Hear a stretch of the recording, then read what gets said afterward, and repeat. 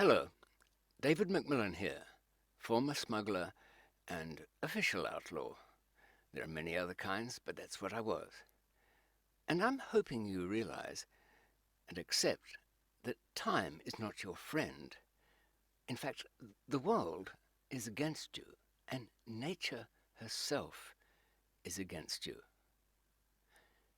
I'm not going to depress you by outlining how little quality time we have between the ages of 9 or 10 and mid-70s, late 70s.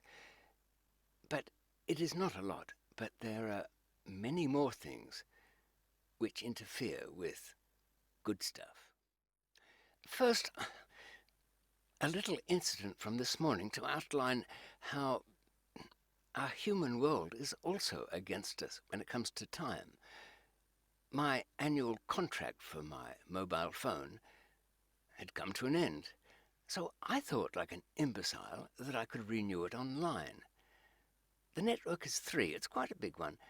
Well, it makes itself seem that way, even though it's run by somebody else. And they have lots of stuff online, mostly ways to pay the money. But renewing a contract? No. Oh, and they sent me a message saying that I would have rather unfavourable terms should I do nothing. But I had some options which were all cheaper.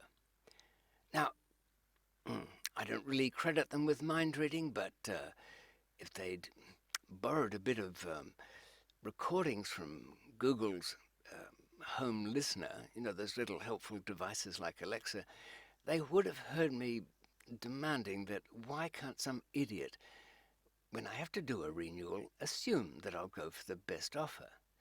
No, they wanted me to telephone a human being even. Well, after a couple of bits of seven-leveled button pressing, I got through. And I spoke to Pavan from India, I think he was, and I didn't criticize him for that. I felt sorry for him, really, having to grimly read his way through an organized script in which every word had to be expressed because he was monitored and checked against that for legal reasons. The company didn't want to be accused of falsely stating their terms, I suppose. But for Pavan, he had a bigger fish to fry. I have no doubt that he gets bonuses for what he was trying to do next. He needed time to try and sell me some things. How did he get that time? By claiming, utterly falsely, that our system is being upgraded at the time, and while we have a few minutes, could I interest you in, well, what do you expect? Fancier phones, different kinds of services, add-ons that you couldn't possibly use? No, it went further. He was trying to sell me some kind of food product delivered to my door at a wonderful rate. And then when that didn't take, he turned to trying to sell me wet wipes. Now, this is a telephone company, mind you. Why would they want to sell me bum wipes? And why was this taking upwards of 40 minutes to do?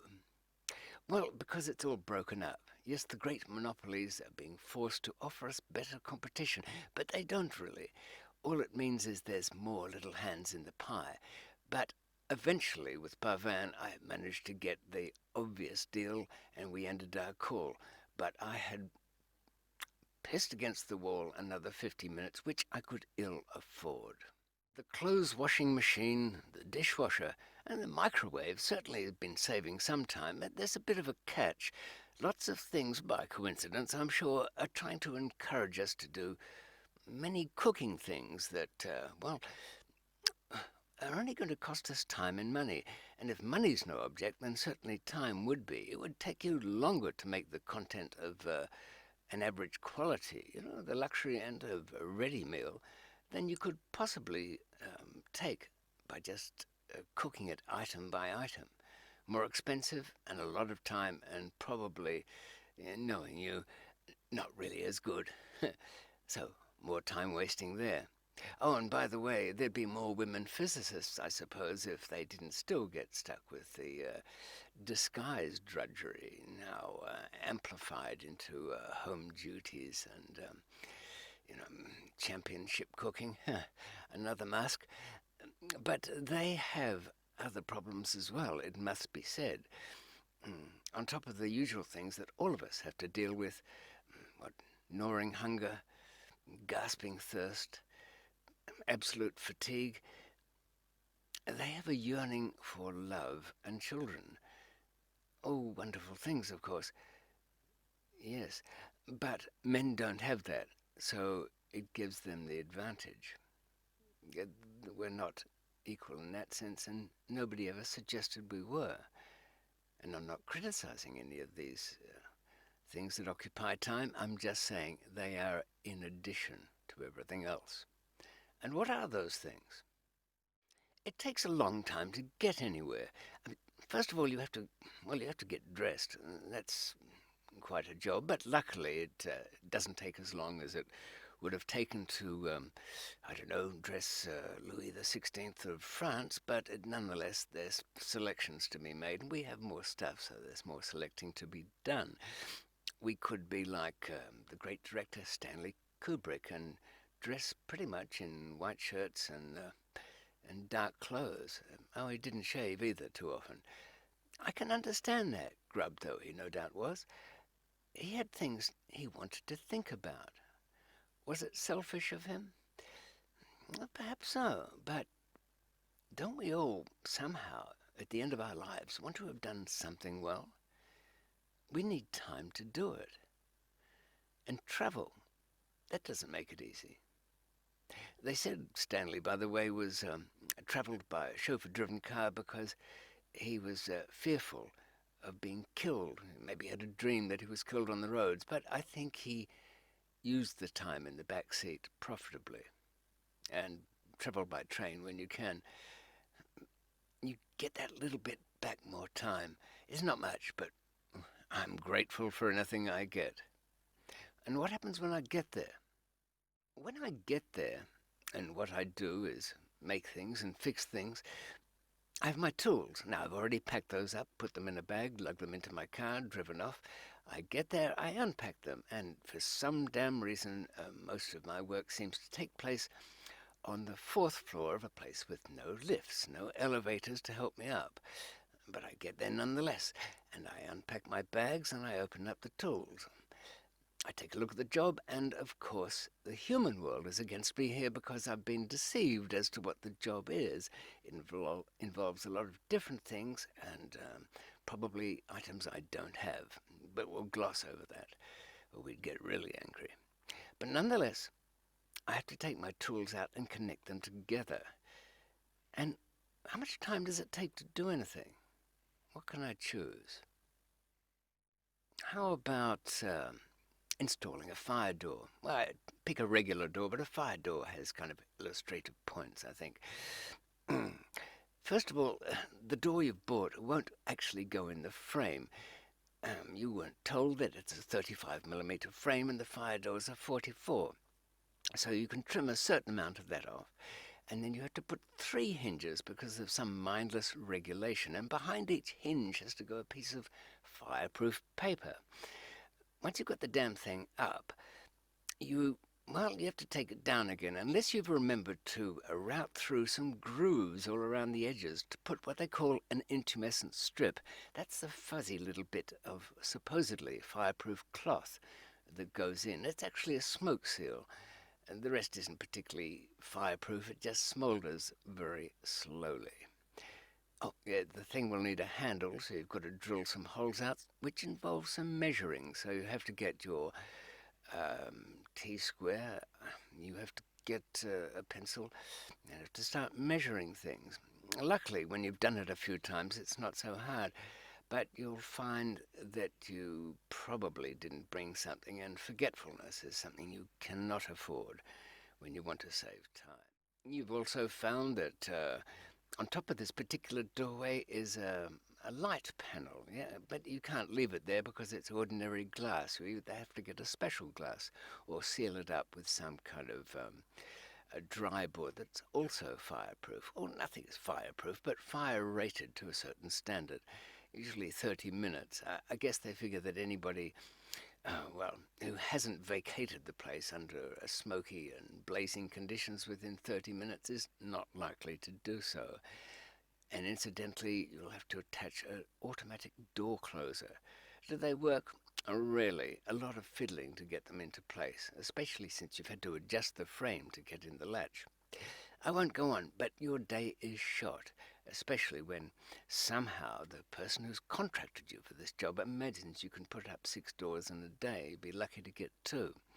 But if you're working that kind of stuff, which has a certain level of, well, experience, if not expertise, your day is shot and you stagger home. But wait a minute, you had to eat, didn't you? And drink, even if it was only your head jammed under a local tap. Hunger and thirst, constant, ongoing, amounted to what? More fatigue at the end, allowing a few cells to reproduce so you'll stay alive just a little bit longer. Great stuff. But there's worse to come. Why do I do this kind of work? Because I'm a fool. I should have socked away a lot of money underground. Most of it was confiscated by the authorities, not wanting me to enjoy the illicit fruits of my illegal business. What did they do with it? Oh, they enjoyed the fruits of my illicit business. A form of 100% taxation, I suppose. Unlicensed. Be careful of that. But nonetheless, for all the irritations that I have in what I do, it could be worse. I could be in an office on a computer. And why is that bad? Because the computer in its current state is the most inefficient, idiotic, time-wasting, intensely time-wasting interface device. The keyboard has been there since it was designed to, the QWERTY one, designed to slow down typists. Yes, it was A, B, C, D, E, F, but the typists typed too quickly, jammed up the old-fashioned mechanisms. So they picked some random things, they thought, actually things that would be difficult and slow to type, QWERTY. And yet people got pretty quick at that too. Well, we're adaptive if nothing else. But we're still left with the computer. Every click you make, there's a pause. I've upgraded to the fastest chips that Intel make.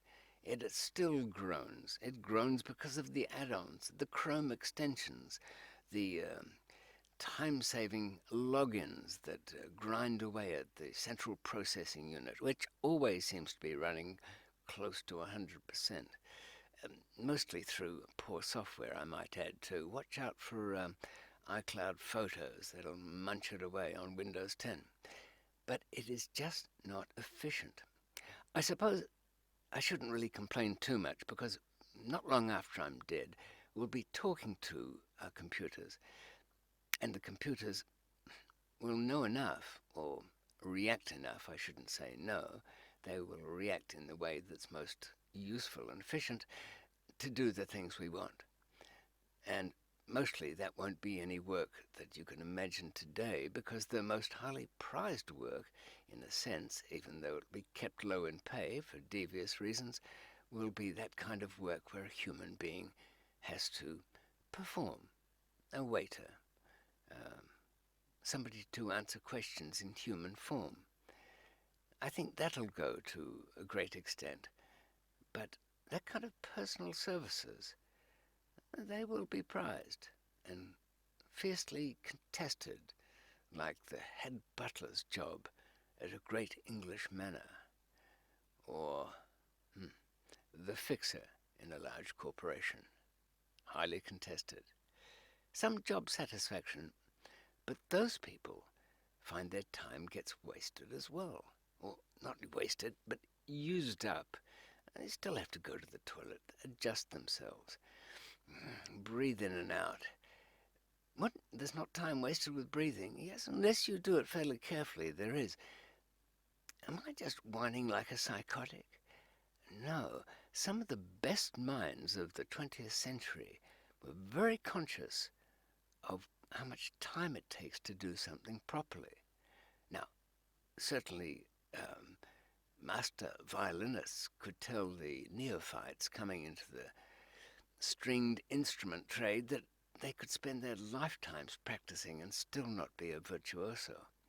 but still it was a goal, and still it needed an awful lot of time making very unpleasant sounds before you got anywhere.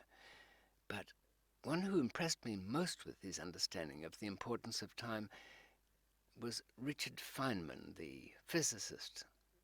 And he used mathematics as his tool because, as he points out, you need to be able to use the tool of mathematics to really appreciably comprehend the nature, as much as we understand it, of our world, of our universe, our Earth, the very things, the relationship between things.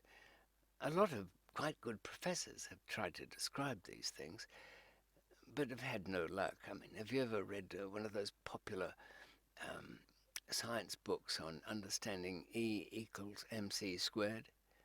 Did you really know why E equals mc squared? Well, I won't waste your time by telling you about it now, but I'll bet you didn't get it out of that damn book. And though it sold quite well because of the floppy-head professor, whose name escapes me and always will. No. Richard Feynman understood very well that you need time to think about things very carefully. And I came to understand that, not from a physicist's point of view, of course, but just even in my grubby trade, because I was provided time. In fact, sometimes I would end up in solitary. But honestly, I really enjoyed the pace. I could think for hours uninterrupted. I got a little hungry, but I overcame that. But throwing me into solitary with only myself for company was no punishment at all. Sometimes those close to me look rather wistfully and think, does David want to be back in the Bari place now? Well, no, of course not, but I really do understand how people who want to feel like they've done something in their lives need that time. And is it selfish doing so, neglecting other things? Well, if the BBC will forgive me for examining a few words of Richard Feynman, listen to what he says. Here's what Richard had to say. To do the kind of high, real good physics work, you do need absolute solid lengths of time. It's when you're putting ideas together, which are vague and hard to remember. It's very much, and I get this feeling very much, like building those houses of cards, where you're putting together, on each of the cards is shaky. And if you forget one of them, the whole thing collapses again. You don't know how you got there, and you have to build them up again. And if you're interrupted and kind of forget half the idea of how the cards went together, your cards being different type parts of the ideas of different kinds that have to go together to build up the idea, the main point. You put this stuff together, it's quite a tower, and it's easy to slip. It needs a lot of concentrating. That is solid time to think. And if you've got a job in administrating anything like that, he then goes on to you talk don't have about how he got out of his obligations. And I guess I should explain how I never seem to, but I won't. Indeed, the time we have, even in quite well-organized lives, is limited to perhaps 1 hour a day for innovative thinking. I mean, understanding things, lining them up in your mind so that all of the factors are somehow comprehended at once, so that you can then devise some innovation, some novel solution to a problem. Because understanding it is one thing, and then you need time to dream about it, to think about things. And at 1 hour a day, that doesn't sound so bad. But when you strip away everything else in our lives, 40 weeks a year that are taken up with 5 days of work, other things, and some kind of pleasant social life, some kind of understanding and help to others, yeah, you should do it. But that amounts to, what, 10 full days a year in our miserable allocation of years. Just 10 full 24-hour days to do the thinking we need to be innovative. It's not much. I don't like to walk away from these things with some rather miserable speculation on how things are not so good without offering something, some crumb of hope, a little bit of advice perhaps. And from my smuggling career and contraband, there is a way of approaching time. I did it back then in an absolutely different way. I had to concentrate on one moment. Well, it was a period of probably about 45 minutes to an hour. As the cargo arrived at an airport and it came up on the luggage conveyor belt and then was taken through customs, or to be more specific, the 5 minutes between the bag being picked up and walking through that gate, passing the inspectors. More ruthless again in some cases, the 15 seconds as you go through the doorway that says nothing to declare and take the 35 to 40 paces that sees you to relative freedom, or success in your mission anyway. So that everything I had to do, every bit of planning, every expense, every bit of thought, all focused on that one moment, getting through the artificial barrier of our lines in the sand, our borders, and the devices, the buildings, and the personnel we erect to enforce those borders and demand our taxes and apply our restrictions. So that the weeks of planning, the selection of the people, everything was subservient to that. Anything that interfered with the success of those few minutes, perhaps seconds, and I say perhaps seconds because sometimes with an experienced customs officer it would take but a glance to assess somebody, the same glance perhaps that I was able to give some people to define them as withering loser to possibility, to possible friend even, somebody in whom you could invest and get a return in loyalty. And that's what friendship is. But nonetheless, the focus on this time made everything somehow rather scientific. It was as though some grand experiment was set up, and the result of the experiment, whether the color changed or whether the readout on the monitors was what the theory predicted, or more excitingly, what it didn't predict, that would allow great resources. I could spend hundreds of thousands of dollars, much time, and I really enjoyed that research and development time, focusing on those moments. It was selfish and ruthless, but that's what Feynman suggests, perhaps, that anyone devoted to the insistence on achieving something rather particular must be in some sense selfish. Is that a good excuse for the innately selfish?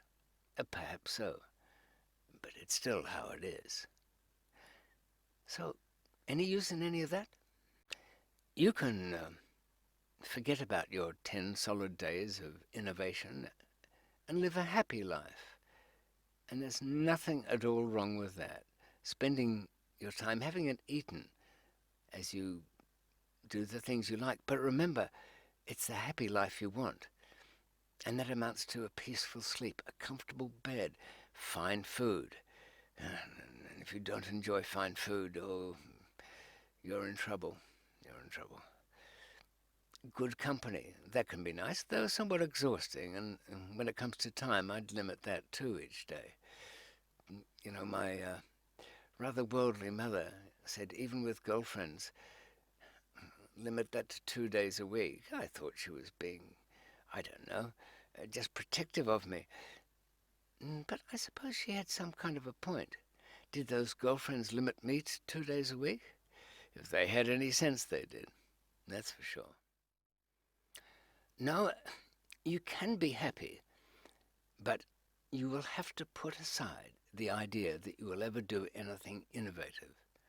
You might even think of something that appears to be a theory in which something of innovation can be made or produced or calculated or presented, but frankly you won't have the time to bring it about. That's the 99% perspiration part of the inspiration calculation.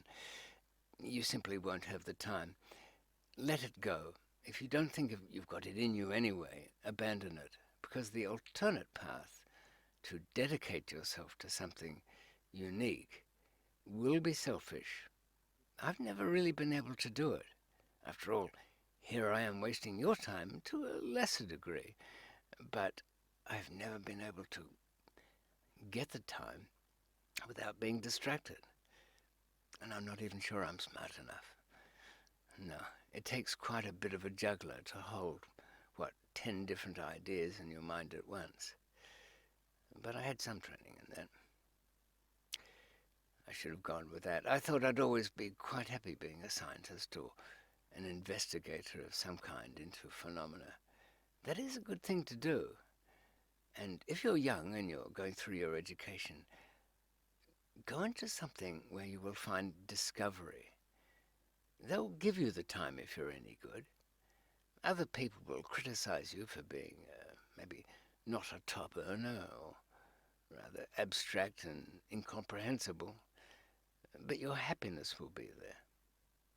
Also, you should be able to have time to help the ones you love. But for the grander idea, for the truly innovative, a certain ruthlessness is required. And that old smuggler's approach of focusing on the moment, but I don't mean smuggling in this case, I'm talking about the moment of innovation, when you have to assemble all the ideas before yourself and the means to test them, and the machines to do it. That requires a kind of ruthlessness. But honestly, if you're one of the, 2 or 3% of us amongst humanity that really bring about some greater understanding of the world, you can be ruthless over me any time with that, and I'll help you get there. Because I'd really like to know things that I don't. Maybe some of you can tell me. Your attention span's gone by now, so I'll leave you with that. Time the thief, making off into the night. And if that wasn't enough, what happened next made it worse.